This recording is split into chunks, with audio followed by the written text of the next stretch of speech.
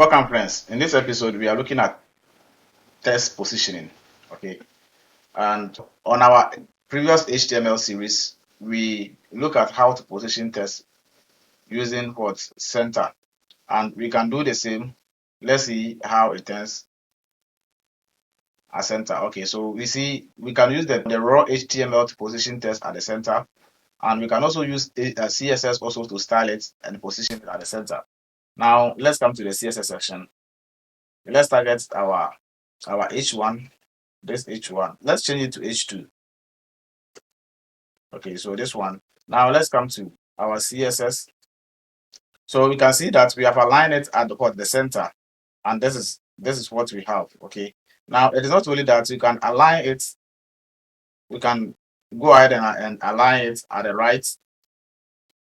Let's refresh, and there we go. And we can equally align at the left, and the left, as you know, the left is the default. Okay. Yes, and as you now let's turn it to center.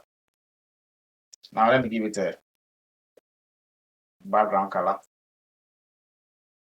green, and give it a color, text color of white. Now let's save it and refresh, and you can see there we go.